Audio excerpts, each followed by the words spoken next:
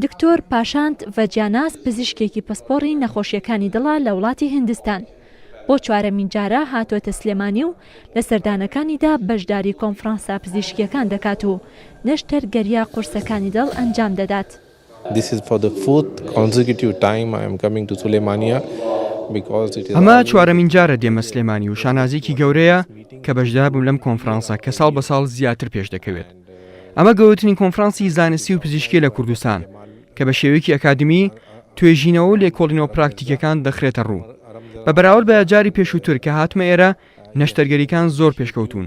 دەمەوێت بشڵێم ئەم کۆنفرانسە زۆر بە باشی ڕێکخراوە بە ڕێکوپێکی میوانداری بەشداربووان دەکرێت. هیوادارم بۆ کۆنفرانسی پێنجەمیش لێرە ئامادە بم. Everything is on schedule and it's a great pleasure to be here and I would like to come again back for the 5th Suleimani Cardiac Conference next time. ئاماری نەخۆشیەکانی دڵ ساڵانە گۆڕانکاری بەسەردادێت و بەردەوام لە هەڵکشاندایە. هەر بۆیە بەڕێوەبەری نەخۆشخانەی پسپۆڕیەکانی دڵ ڕێنمایی دەداتە هاوڵاتیان بۆ خۆپاراستن لە هۆکارەکانی توشبوون بە نەخۆشی دڵ.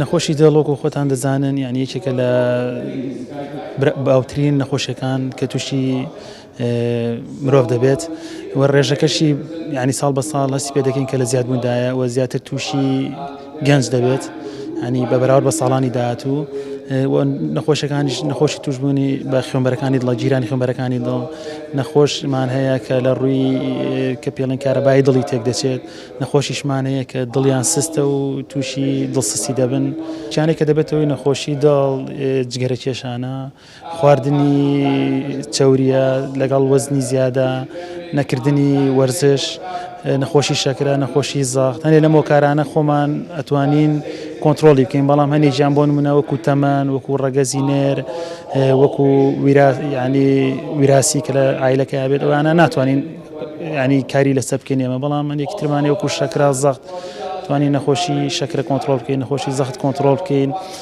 ینی ڕێنمایی بێ بە نەخۆشەکان بۆی کەوا جەجگەرە بێنن دەستکەن بە وەرزشکردن وەزنیان دابەزێنن بەمانە ئەتوانین ینی خۆمان پارێزین لە توش بۆ بە نەخۆشیەکانی دڵ. بۆ زیاتر پێشخستنی زانستی پزیشکی لە بواری نەخۆشیەکانی دڵ نەخۆشخانەی پسپۆڕەکانی دڵ بە هەماهەنگی لەگەڵ بەڕێوەبەرایەتی تەندروستی سلێمانی چوارەمین کۆنفرانسی زانستی نێودەوڵەتی نەخۆشخانەی پسپۆڕەکانی دڵی ساز کرد بە بەشداری 150 پزیشکی پسپۆر لە دەیان وڵاتی جیهانی کە تێیدا چەندین سیمینار و توێژینەوەی زانستی خرایە ڕوو. هەروەها بۆ یەکەمین جار لەسەر ئاستی کوردستان و عێراق بە شێوەیەکی ڕاستەوخۆ دیمەنی قەستەرەی دڵ لە ژووری نەشتەرگەریەوە گواسترایەوە هۆڵی کۆنفرانس. ئەمڕۆ وەکو ئەوەی ئێستا ئیبینن یەکەم ئەمەلیاتی قەستەرەیە کە لە کەوا بە لایف بگوازرێتەوانێ لە هەنێکدان نانێت لە سلێمانی بگرە لە هەموو کوردستان و لە هەموو عێراقا کەوا بە شێوەیەکی ڕاستەوخۆ لە ژووری ئەمەلیات خەریکی قەستەرەکەن و لێرە بە ڕاستەوخۆ ئەیگوازرێتەوە. ساڵانە شاری سلێمانی بۆ پێشخستنی کەرتی تەندروستی لە بوارە جیاوازەکاندا کۆنفرانس دەبەستێت و پسپۆڕانی بیانی بانکێش دەکات تاوەکو ئاڵوگۆڕی زانستی لە نێوانیاندا دروست ببێت. ڕێزان محەممەد کورسا نیوز سلێمانی.